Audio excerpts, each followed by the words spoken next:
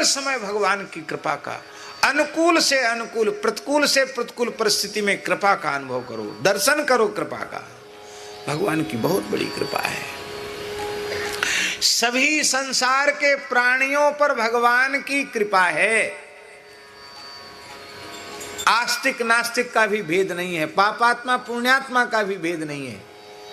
ये धमनियों में जो रक्त का प्रवाह चल रहा है ये भगवान की कृपा से, श्वास चल रही है भगवान की कृपा से, हम लोग धरती पर बैठे हैं स्थिरता पूर्वक ये भगवान की कृपा से, सूर्य चंद्र का प्रकाश मिल रहा है ये भगवान की कृपा से, अन्न जल वायु फल फूल हमें प्राप्त हो रहे हैं ये भगवान की कृपा से। सब कुछ भगवान, श्वास भी भगवान की कृपा से ले रहे हैं। एक क्षण के लिए श्वास वाली कृपा भी रुक जाए तो प्रलय हो जाएगा। एक क्षण के लिए धरती हिल जाती तो क्या तमाशा होता, देखा आपने?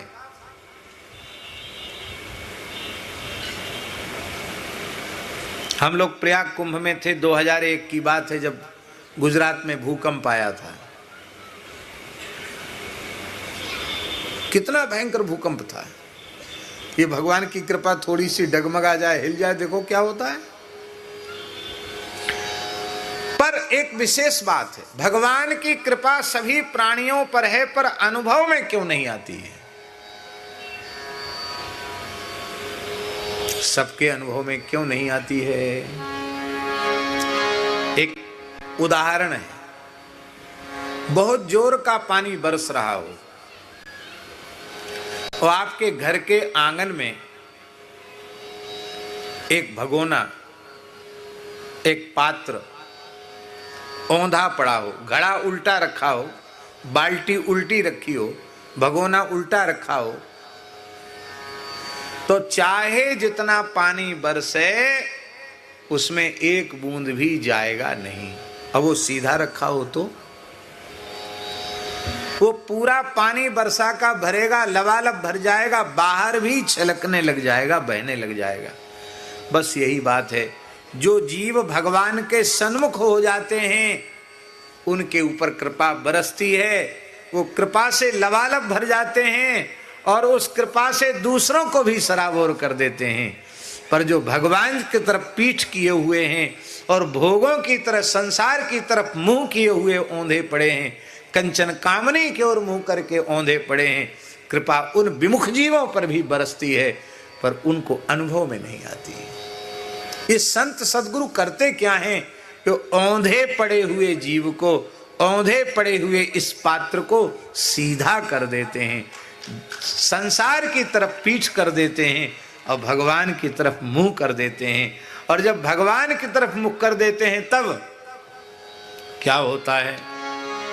सन्मुख होई जीव मोही जब ही, सन्मुख होई जीव मोही जब ही,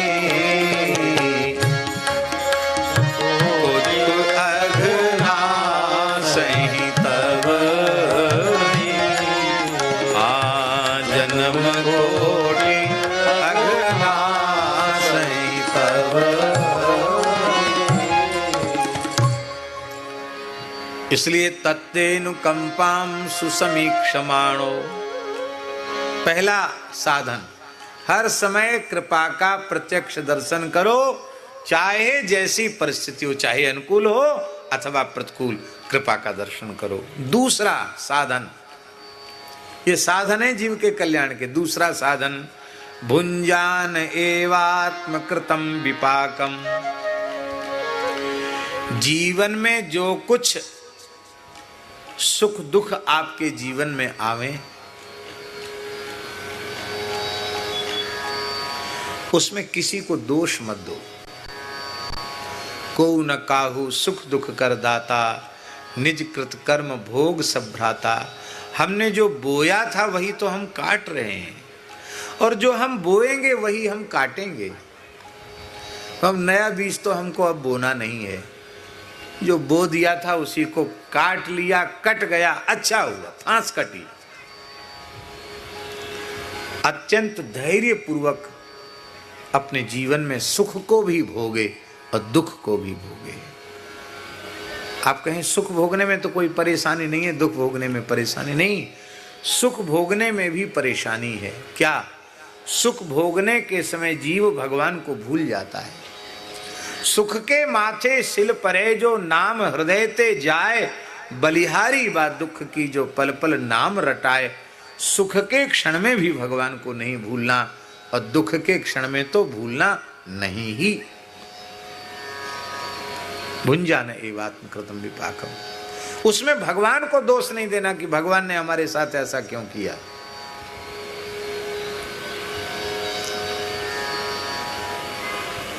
तीसरा साधन, पहला साधन प्रत्येक परिस्थिति में भगवान का प्रत्यक्ष दर्शन। हाँ, वो भी भूतकाल में नहीं, भविष्य काल में नहीं, वर्तमान काल में हर क्षण भगवान की कृपा को प्रत्यक्ष रूप से देखना, पहला साधन।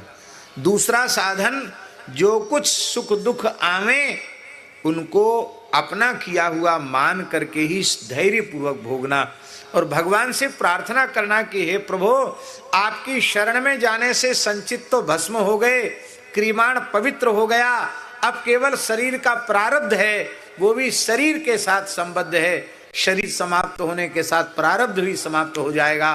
तो महाराज, हे करुणामय प्रभु, इस शरीर के प्रारब्ध का भोग भी इस शरीर से ही करा देना, जिससे हमें द्वारा इस दुख में संसार में न आना पड़े, आपके चरणों में पहुंच जाऊं।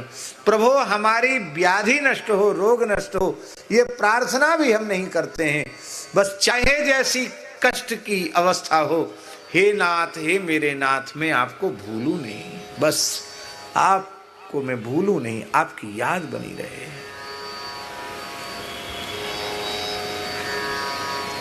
अभी हम आपको बता रहे थे एक प्रेमी भक्त के संबंध में कि अहमदाबाद में ऑपरेशन हुआ, वो पेट छाती चीर के डॉक्टरों ने बड़ा मेजर ऑपरेशन, और वो भक्त कहते हैं राधा कृष्ण वृंदावन, राधा कृष्ण वृंदावन। तो डॉक्टर आश्चर्यचकित हो गया कि ये क्या है। अब सोचो, उस अवस्था में भी भगवान का चिंतन, धाम का चिंतन, बेटा बेटी और घर मकान का चिंतन नहीं। भुंजान एवात्म कृतम विपाकम। और तीसरा साधन, हृदवाग बपुरभिर विदधन नमस्ते, ये तीसरा साधन है। हृद वाग बपुरभिर विदधन नमस्ते, हृदय से, वाणी से और शरीर से भगवान और भगवान की विभूतियों को प्रणाम करना, ये तीसरा साधन। मेरी प्रार्थना है हाथ जोड़कर आप सब लोगों से, सर्वप्रथम आप अपने घर में उठें तो आपके घर के लक्ष्मी नारायण माता पिता हैं, आपके घर के गौरी शंकर माता पिता हैं, आपके घर के श्री सीताराम जी माता पिता हैं, आपके घर के राधा कृष्ण माता पिता हैं। श्रद्धा पूर्वक माता के चरणों में मस्तक रखकर प्रणाम करना, श्रद्धा पूर्वक अपने पिता के चरणों में मस्तक रखकर प्रणाम करना, अपनी बड़ी बहन को प्रणाम करना, अपने बड़े भाई के चरणों में मस्तक रखकर प्रणाम करना। करके देखो घर का वातावरण कैसा होता है, आप सोचो। तुलसी दिखाई पड़ जाए, तुलसी को प्रणाम, गाय दिखाई पड़ जाए, गाय को प्रणाम, ब्राह्मण दिखाई पड़ जाए, ब्राह्मण को प्रणाम, संत स्वरूप दिखाई पड़ जाए, कोई भी वैष्णव स्वरूप दिखाई पड़ जाए, उसको प्रणाम, संत को प्रणाम, पीपल को प्रणाम, कोई भी देवालय दिखाई पड़ जाए उसको प्रणाम। हाँ, आप लोग कहेंगे कि हम तो अनन्य हैं, हम तो भगवान को छोड़ के किसी को प्रणाम नहीं करते। अरे भले आदमी, भगवान को छोड़ के है कौन? यदि अन्य देवालयों को प्रणाम निषिद्ध होता तो श्रीमद् भागवत के नारायण कवच में हयशीर्षा माम पथि देव हेलनाथ, क्या लिखा है? हयशीर्षा माम पथि देव हेलनाथ। है शीर्षा माने है ग्रीव भगवान, रास्ता चलते हम जो देवताओं को प्रणाम करना भूल जाते हैं, उस अपराध से श्री हयग्रीव भगवान हमारी रक्षा करें। ये बात नारायण कवच में क्यों कही जाती? इसलिए जो कुछ भी दिखाई पड़ जाए उसको प्रणाम करना है। हमारे पूज्य सदगुरुदेव भगवान एक हनुमान जी का मंदिर दर्शन करके आ रहे थे। हनुमान धारा है, एक तो चित्रकूट में हनुमान धारा है और एक हनुमान धारा बुंदेलखंड के टीकमगढ़ जिले में एक हनुमान धारा एक गांव के पास है। बड़ा प्राचीन हनुमान जी का स्थान है। वहाँ महाराज जी दर्शन करके आ रहे थे, हम भी साथ ही थे। और जिस गांव में महाराज जी रुके हुए थे, वहाँ जब 3-4 किलोमीटर पैदल चल के आए तो गांव के बाहर हनुमान जी का एक मंदिर है और वहाँ के देवताओं के चबूतरे बने, ग्राम देवताओं के चबूतरा। तो एक गांव का नाई तो जानते ना, जिसको गुजराती में बाणा बोलते हैं, क्या हैं, वाणन बोलते हैं। तो एक नाई गांव का था, बड़ा बूढ़ा। वो बुंदेली भाषा में महाराज जी से बोला, महाराज ए हमारे इतने के गौण बब्बा आए, इन्हें पान के पांव पर लो।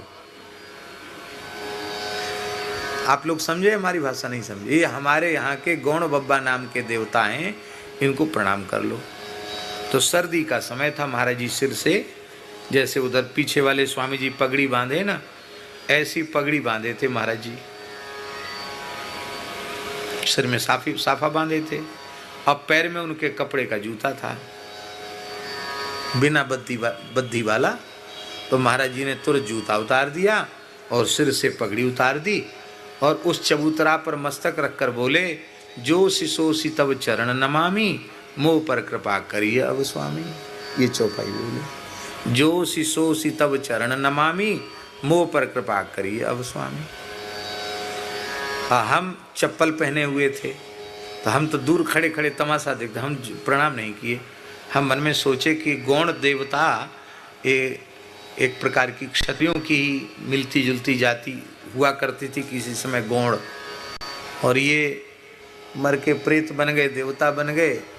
लोग देवता के रूप में इनको मानने लगे और हमारा शरीर तो ब्राह्मण कुल का है, हम क्यों, ये लोग जब भूत भरते हैं तो ब्राह्मणों के चरण छूते हैं, तो हम क्यों उनको प्रणाम कर। हम तो जैसे थे वो खड़े रह गए।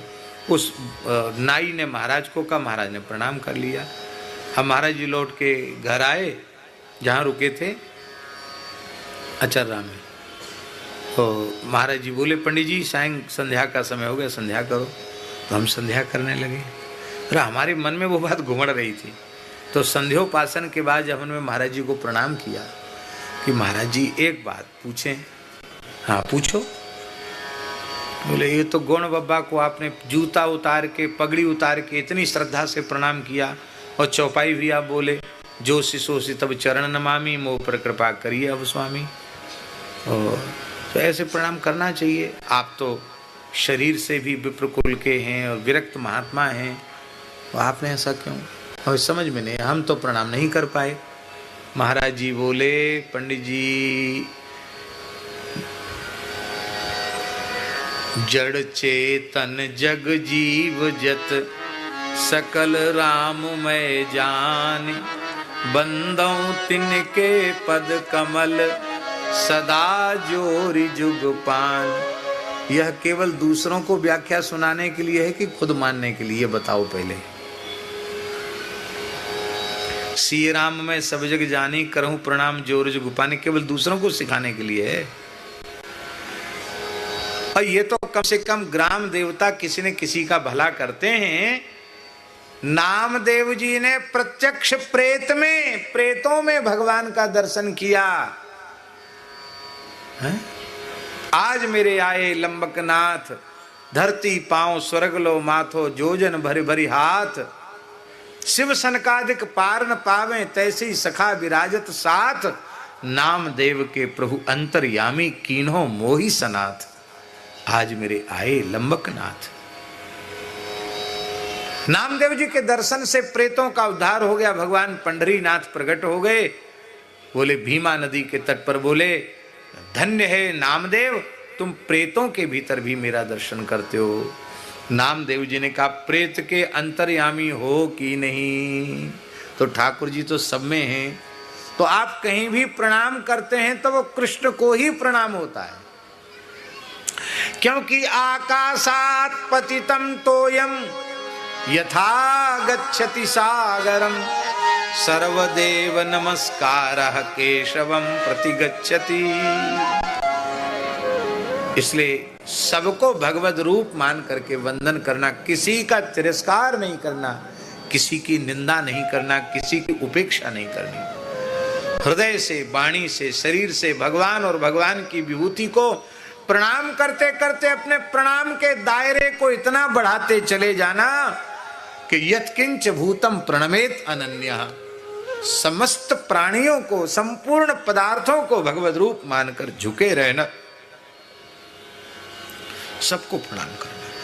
खम वायु अग्निम सलिलम महिम च, आकाश, पृथ्वी, समुद्र, पर्वत, वृक्ष, सर्वत्र जहां कहीं हमारी दृष्टि जाए वहां हमें भगवान का ही अनुभव होना चाहिए। भगवत भाव से आप किसी को भी प्रणाम कर सकते हैं।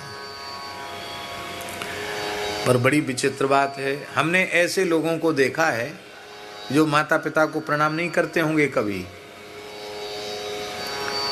और जब माता पिता जिन्होंने पैदा किया उनके प्रति ही उनकी भक्ति नहीं, तो साधु ब्राह्मण के प्रति भक्ति हो, ये तो फिर सोचना भी झूठी बात है। और ऐसे लोगों को टीटी के पैर छूते हुए देखा हमने।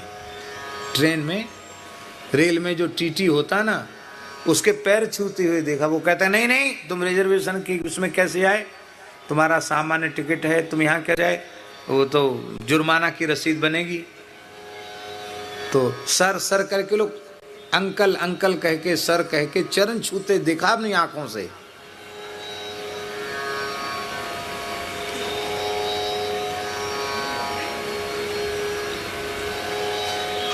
पुलिस के पैर छूते देखा, थानेदार के पैर छूते देखा। प्रणम्यों को प्रणाम नहीं करोगे तो जो प्रणाम के योग्य नहीं है उनको भी प्रणाम करना पड़ेगा। इसलिए पहले प्रणम्यों को प्रणाम करो और अंत में दृष्टि इतनी व्यापक कर लो कि सो अनन्य जाके अस मति न टरे हनुमंत, मैं सेवक सचराचर रूप स्वामी भगवंत। अब कहीं हृदय से प्रणाम, कहीं वाणी से प्रणाम और कहीं शरीर से प्रणाम। अब ट्रेन में आप चल रहे हो तो आप जंजीर खींचो ट्रेन की, और पुलिस आ जाए कि आपने जंजीर क्यों खींची, बोले हमको हनुमान जी का मंदिर दिखाई पड़ गया, हमने कहा चलो जंजीर खींच के थोड़ा दंडोत कर आए हनुमान जी को, तब चढ़ेंगे। तो आप जेल की हवा खानी पड़ेगी। ये कारण नहीं है। ट्रेन चल रही है तो आप मन से ही हनुमान जी को प्रणाम कर लो, हृदय से, वाणी से प्रणाम कर लो। अब चलो वहाँ तो ट्रेन चैन खींच दोगे, और हवाई जहाज में चल रहे हो, वहाँ से गंगा जी दिखाई पड़ी हैं, तब आप कहो कि हम तो हवाई जहाज रोक कर गंगा जी में गोता लगा के तब जाएंगे, संभव है? वहीं से गंगा जी को देखकर, तापी जी को देखकर आप प्रणाम करो। जहाँ जैसा अनुकूल परिस्थिति हो उस प्रकार से, हृदय से, वाणी से, शरीर से हर समय प्रणाम करना। प्रणाम करने का स्वभाव बना लो, आदत बना लो प्रणाम करने की। भागवत जी के अंतिम श्लोक में क्या है? प्रणामो दुख शमनः तम नमामि हरिम परम। प्रणामो दुख शमनः, संपूर्ण प्रकार के दुखों का समन प्रणाम से हो जाता है। आप प्रणाम करना सीख लो तो दुखों का समन हो जाएगा। अलग अलग तरह की कल्पभेद से कथाएं आती हैं। श्री मार्कंडेय महर्षि जो दीर्घायु हैं, आज भी अष्टचिरजीवियों में उनका स्मरण होता है। वे महर्षि मार्कंडेय, उनकी मात्र 12 वर्ष की ही आयु थी। कितनी आयु? 12 वर्ष की आयु में ही उनको प्राण त्याग देना है। तो अपने पिता मृकंडू के निकट वे और 8 वर्ष की आयु में ही आपने संपूर्ण वेदांगों के सहित वेद को कंठस्थ कर लिया था मार्कंडेय जी। कितने वर्ष की आयु में? 5 वर्ष की आयु में मार्कंडेय जी का यज्ञोपवीत हुआ था। मात्र 8 वर्ष में वो सब कुछ उनको हो गया। एक दिन ऋषि पधारे, वो सामुद्रिक के ज्ञाता थे। उन्होंने बालक को देखकर कहा, बालक तो बहुत संस्कारवान है, बड़ा तेजस्वी है, लेकिन क्या करें महाराज, इसके जीवन का केवल 1 वर्ष ही शेष बचा है। नहीं, 1 वर्ष नहीं, 12 दिन की ही आयु शेष बची है। कितने दिन की? 12 दिन जिएगा, बस मर जाएगा 12 दिन। मृकंडु ऋषि तो बेहोश होके गिर गए, मूर्छित होके गिर गए। तब उन ऋषियों ने उनके पिता को होश में लाए और कहा, कोई बात नहीं, बालक आपका वेद पाठ संध्या उपासना आदि तो करता ही है, ये खड़े होकर ब्राह्मणों को, गायों को, ऋषियों को प्रणाम करे। बस अभी अपने संध्या उपासन करके खड़े हो जाते और कोई भी ऋषि, महर्षि, महात्मा, ब्राह्मण, साधु निकलता, उसको प्रणाम करते। एक बार सप्तर्षि निकले वहां से,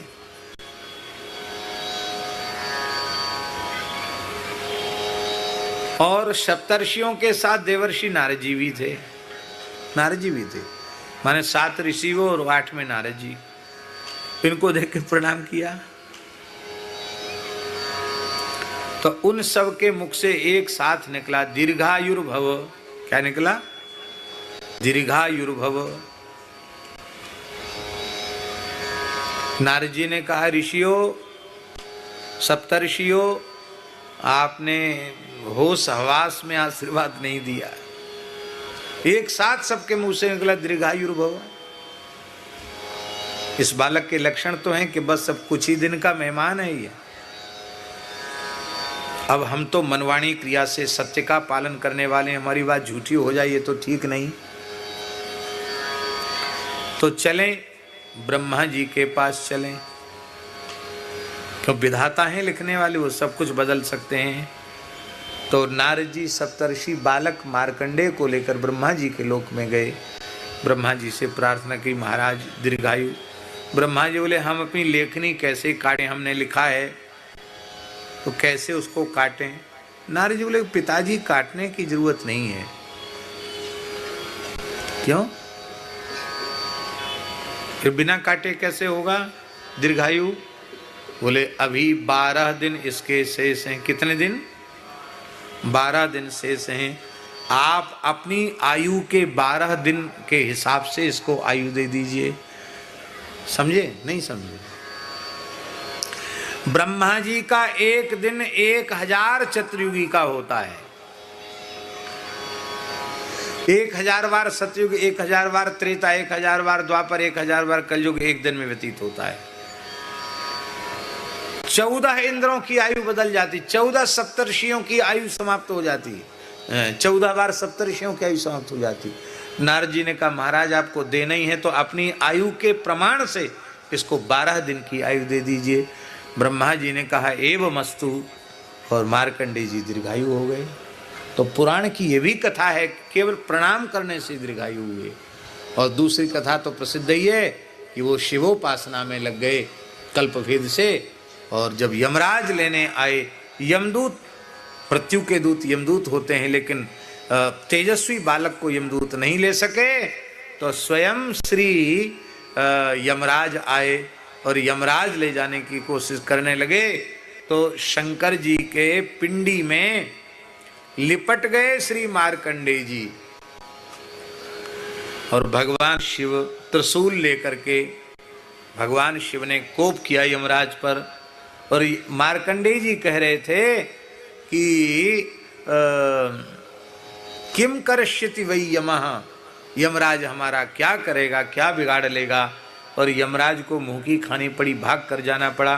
भगवान शंकर ने उन्हें दीर्घायु कर दिया। शिवलिंग को भयपूर्वक उन्होंने अपने कस लिया और वह शिवलिंग उनकी ओर झुक गया। यह दर्शन आज भी उत्तर काशी में जो काशी विश्वनाथ हैं वही मार्कंडे ऋषि ने साधन किया है और मार्कंडे जी ने विश्वनाथ जी को आलिंगन करके खींचा है। आज भी उत्तर काशी में जो विश्वनाथ भगवान, आपने दर्शन किया ना उत्तर काशी विश्वनाथ जी का, किया दर्शन? उत्तर काशी विश्वनाथ आज भी पिंडी झुकी हुई है। मार्कंडे जी आज भी वहाँ गर्भगृह में मार्कंडे जी भी विराजमान है। बोलो मार्कंडे जी महाराज। प्रणाम करने वाले को 4 चीजें मिल जाती हैं, आयुर्विद्या यशो बलम। आयु, विद्या, यश और बल, ये 4 चीजें प्राप्त हो जाती हैं। तो प्रणाम करने का स्वभाव बना लो, सर्वत्र भगवान का ही अनुभव करके प्रणाम करो। जित देखो तित श्याममयी है, सर्वत्र प्रणाम करो तो मुक्ति पद के अधिकारी हो जाओगे, कल्याण के अधिकारी हो जाओगे। जैसे पुत्र अपने पिता की संपत्ति में अधिकारी हो जाता, ऐसे मुक्ति है चरण कमलों में जिनके, ऐसे श्री कृष्ण की प्राप्ति के अधिकारी हो जाओगे। अथवा मुक्ति पद अर्थात गोलोक वैकुंठ साकेत के अधिकारी हो जाओगे। अथवा मुक्ति पद, मुक्ति है चरणों में जिनके, उन श्री कृष्ण की भक्ति रूपी संपत्ति के अधिकारी हो जाओगे। जो आपको भाव लगाना हो आप भाव लगा सकते हैं। बोलो भक्तवत्सल भगवान की जय।